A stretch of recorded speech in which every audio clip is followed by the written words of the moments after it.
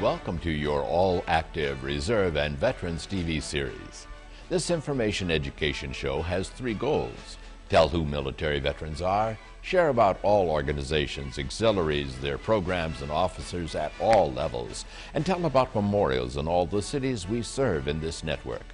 The VA system, state and county officers, hospitals and state homes are also featured. Please do check out our websites. Share your program ideas and concerns via the contact information on the show. We open each month's show with a patriotic theme.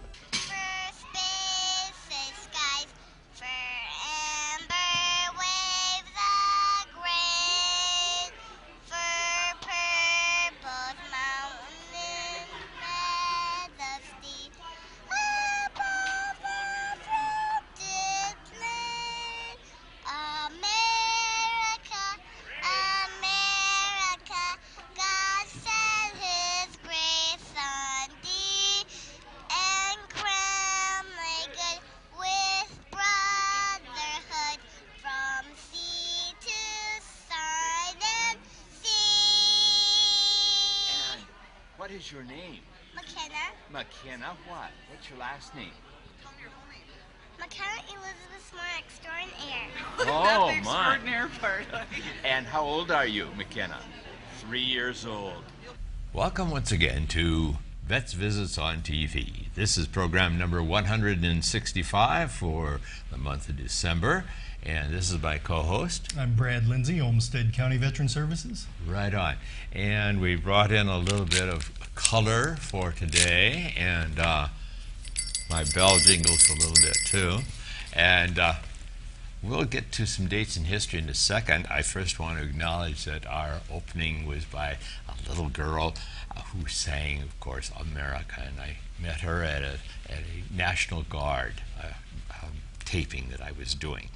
Well, now to our dates in history. First of all, on the 1st of December, Hanukkah begins at sundown. Of course, that's a Jewish holiday. And then the 7th is Pearl Harbor Remembrance Day. The 24th, the first day of winter. Did you know that, Brad? I did, but we usually have it a lot earlier than that. Yeah, we'll have real winter earlier. You're right. The 25th, of course, Christians celebrate the coming of the Christ Savior child, and we ring our bells in celebration for that. And then, of course, our African friends begin the newest of their holidays, Kwanzaa. And as we mentioned, Hanukkah has started as well.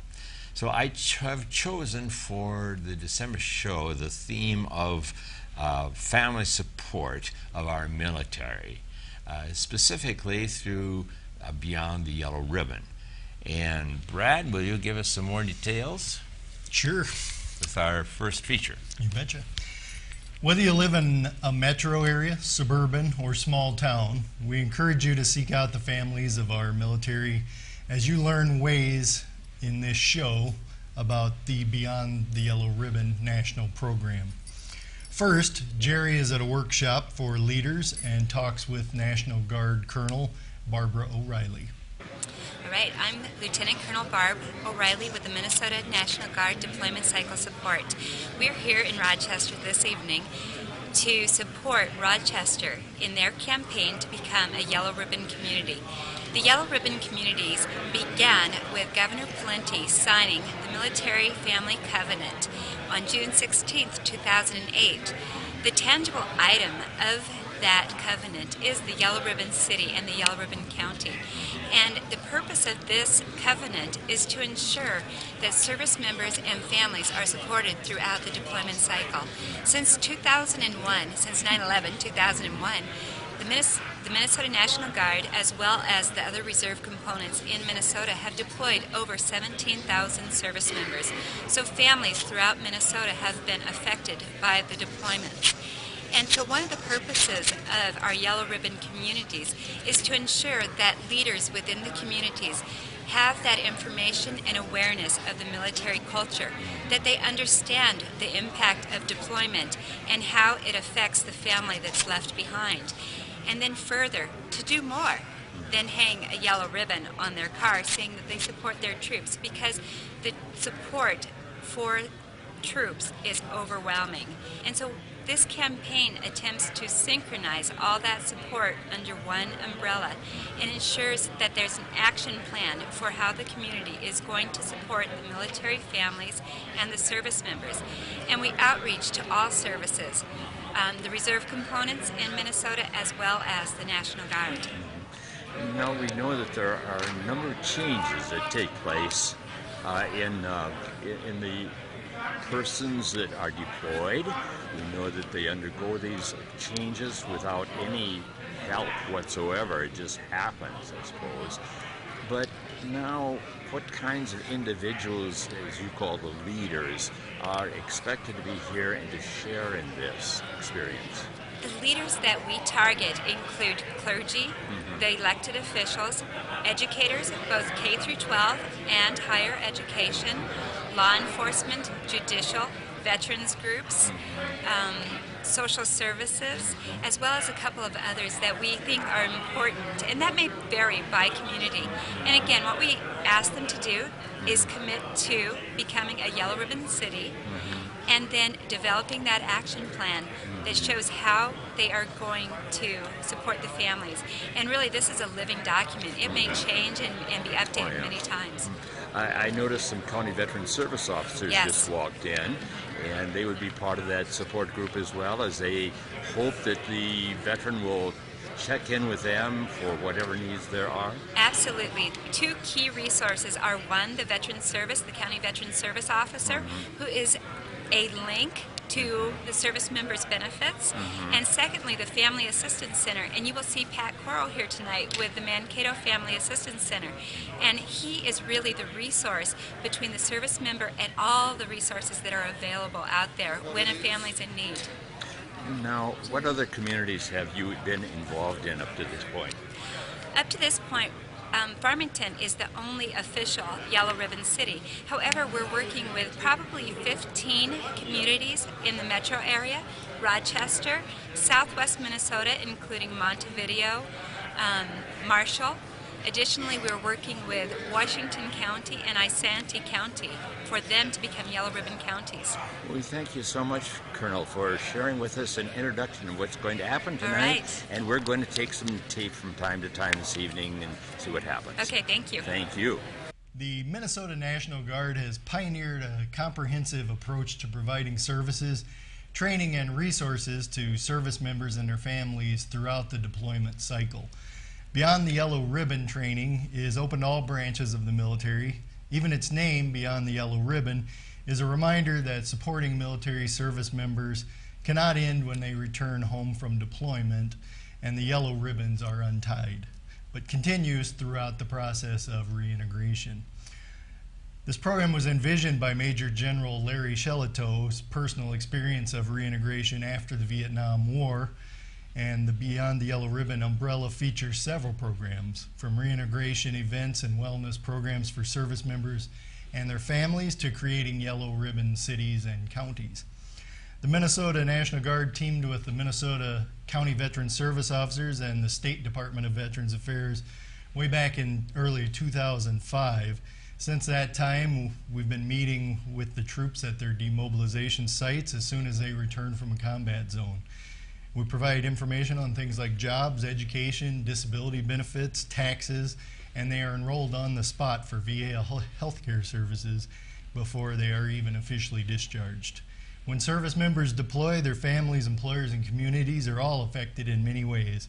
Minnesota's Beyond the Yellow Ribbon program, and now national program, guides all those affected through developing their own readiness action plans.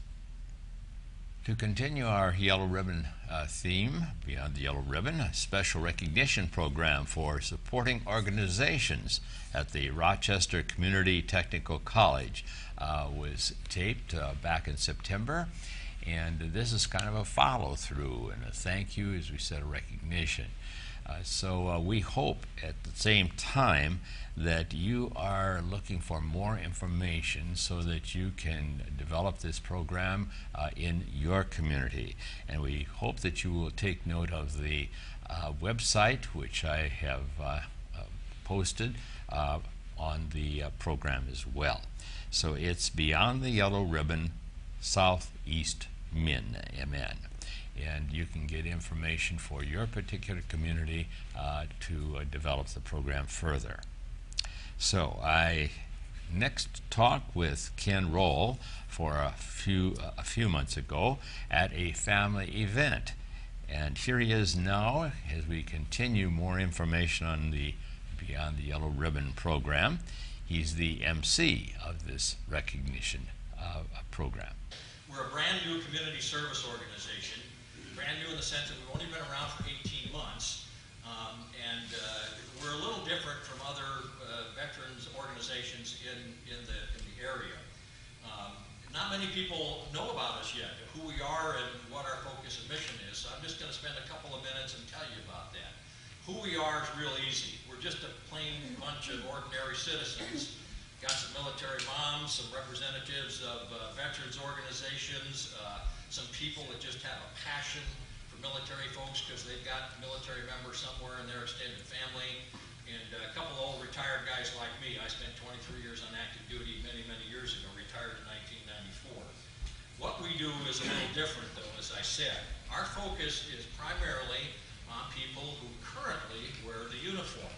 That's folks on active duty, in the National Guard, or in the Reserve from all 5 uniformed services.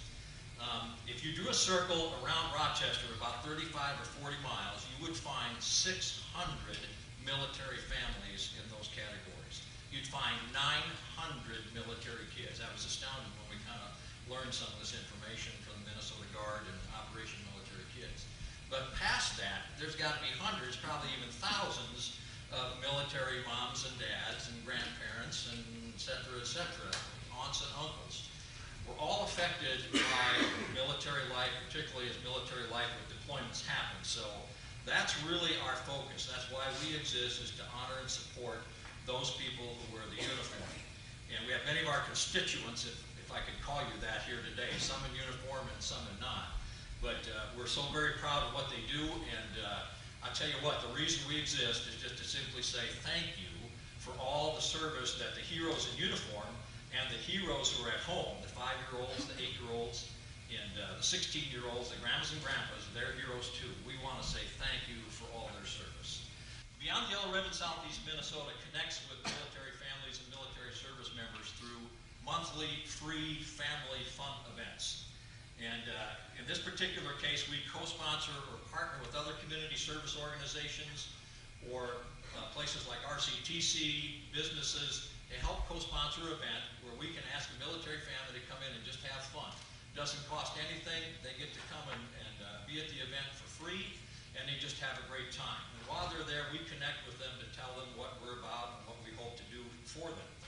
I'd like to take some time now and introduce another great military family constituent, Master Sergeant Rob Burrish and his family, Julie, and their 2 young daughters. They've been great supporters of ours and come to many of our events, but they want to come and say just a few things, and I think even the daughters. And this has been great because I think they didn't have to go to school for a few years.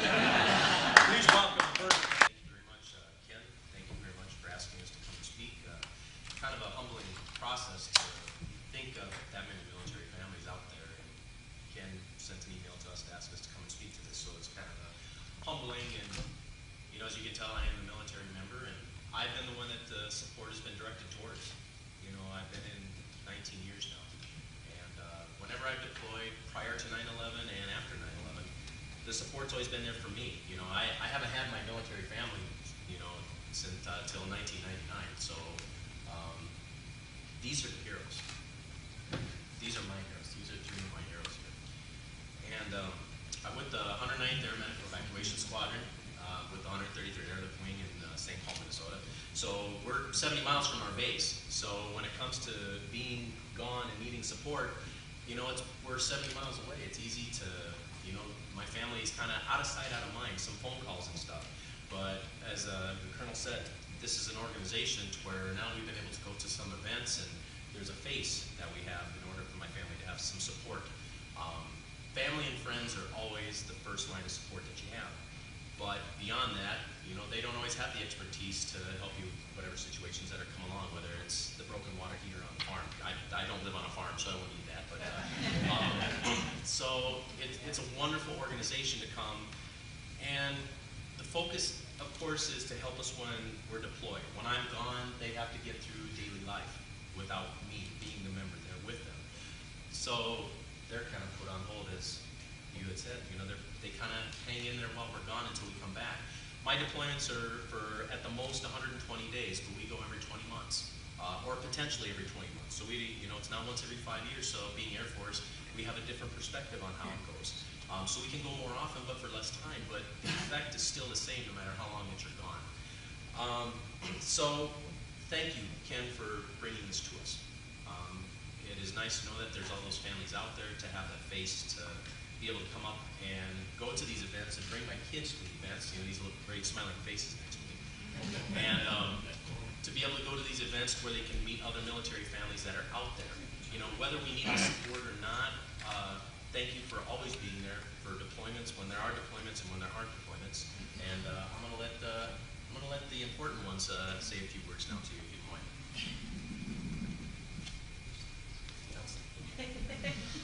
Hi, I'm Annie. I'm 9 years old, and I've discovered 3 times in my life how it's like to have a mom or dad be deployed.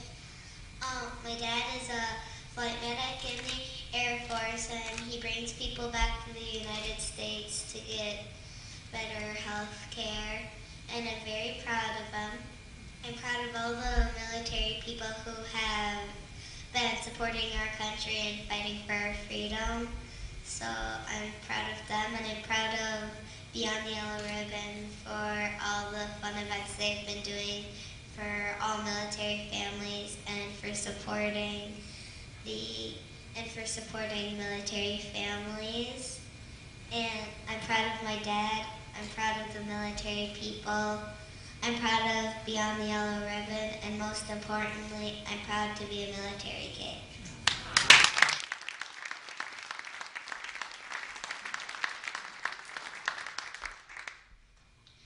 Hi, my name's Alex, and I'm 6 years old, and I like Beyond the Yellow Ribbon because they help military families. My favorite part was when I got to make my own toolbox one time.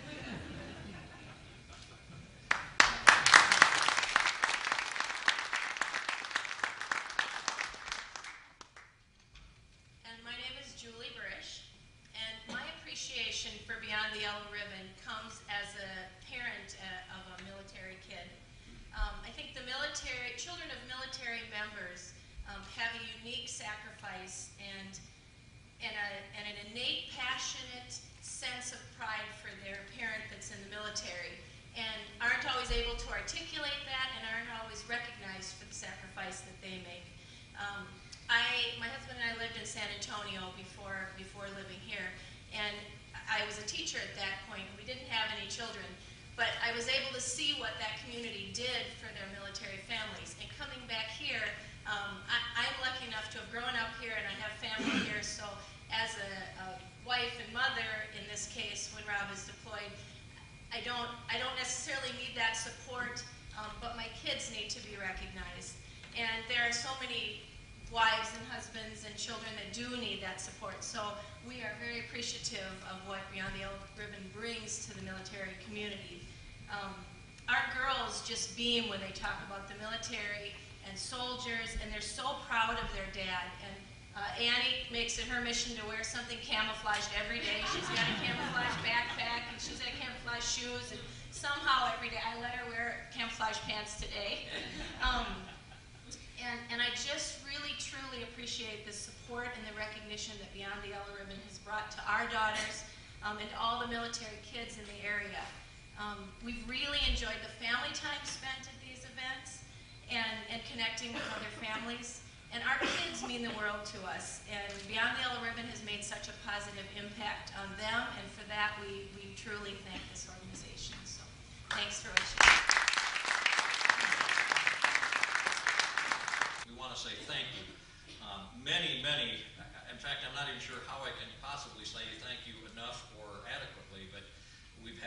folks that have donated money, many organizations that donated money, so many more have just donated their business and their service. So at this time, I wanted to recognize those folks that have given us a monetary donation. So if we have a representative of the American Legion that could come forward and just stand right here, then also the American Legion Auxiliary. I think there's a lady that's from the Auxiliary that's here today. Here from Tee It Up for the Troops. Think Bank, the Elks Club, Calvary Evangelical Free Church, and then Disabled American Veterans. If you all could come forward here.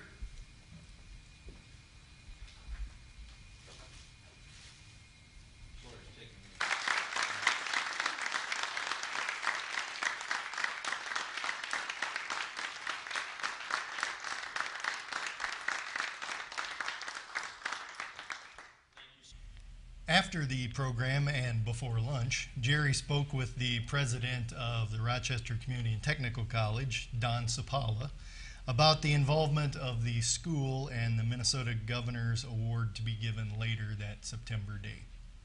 This was a terrific experience this morning for Beyond the Yellow Ribbon. It was a wonderful event, and I'm so glad so many of the community folks were able to turn out for this terrific recognition of the city, county, and what the college is doing. Could you say more about the 4 colleges of Minnesota that were specially recognized?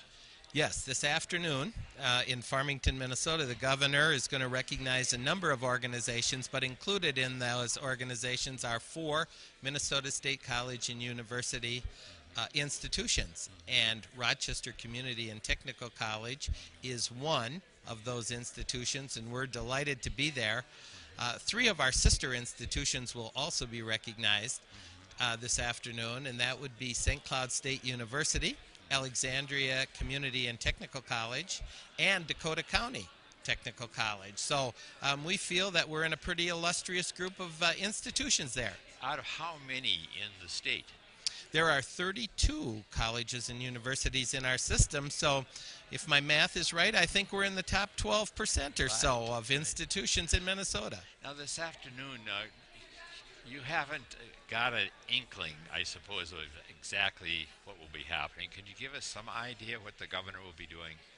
Well, my understanding is that the governor has prepared a document, a proclamation, and he will be personally distributing that to 3 representatives from each of the institutions that are being recognized as Beyond the Yellow Ribbon companies today. One of the things which I learned about a year ago is the Veterans Organization for Students, which was begun on campus. Yeah, we have an increasing number of students who are veterans, and so they actually stepped forward and formed a charter organization within our Student Life program, a very active club on campus. Some of their work has resulted in some Veterans Day celebrations and programs on campus. We have a brand new Veterans Resource Center on campus. We have for a long time had a veteran certifying official on campus, but they're just doing some exciting things for those individuals who are reintegrating back into society, but particularly into higher education. It was certainly far from that when I went to the University of South Dakota after the Korean War. It was blank. It was zilch. I think this is the first group where we're probably trying to really help them reintegrate. As I remember back in the Vietnam era, and we didn't do any of that, and that's too bad. What a tragedy that is. But I'm hearing from our veterans that, and their families, quite honestly, that really they appreciate this support network that they have available to them. Well, thank you so much for your time this morning, and bon voyage, and give our greetings to the governor. I will certainly do that, and thank you for making me a part of your program. Pleasure. This week, much to my surprise, I got a letter and a very nice plaque in the mail that said that GI Jobs Magazine is proud to name Rochester Community and Technical College as a military-friendly school for 2011. That was some very nice recognition. It was nice. The honor ranks you in the top 15% of all colleges, universities, and trade schools nationwide. So now I'm thinking today's event, beyond the yellow ribbon, we move up a notch higher on the list. Because the way I have it figured out, and a lot of this credit goes to Senator Tuskaden, who said, Don, I want Rochester Community and Technical College to be the first MnSCU institution to get beyond the yellow ribbon recognition. And I want to thank all the RCTC people, and particularly Sheila and Ken, for the great work that you've done as a committee in moving our institution forward in this. This is great work. Once again, thanks to all city, county, and college folks who have been a part of this, and for all of you for coming out today to be a part of this special celebration. I'm hopeful that our media will be up in Farmington this afternoon and will bring you, if you can't be there live, at least through the media, a sense of the celebration this afternoon with the Governor's Proclamation. With that, thanks for coming, and we do have food and refreshments back here. I think many of us will be around for the next 20 or 30 minutes before we head north if you want to have some individual conversation or networking. And let's just enjoy the rest of the morning together. Thank you for being here and being a part of the event.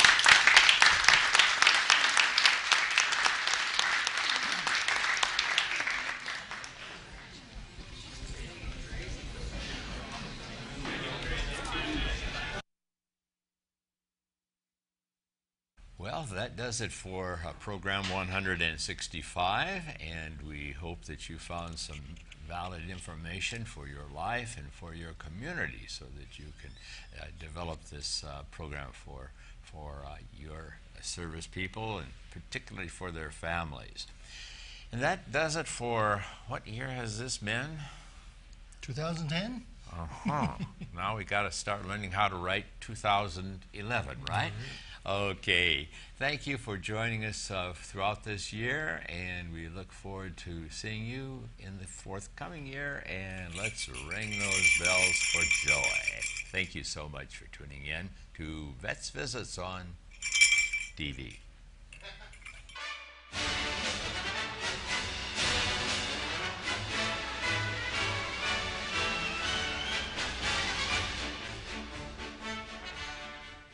Thank you for joining us for this month's show.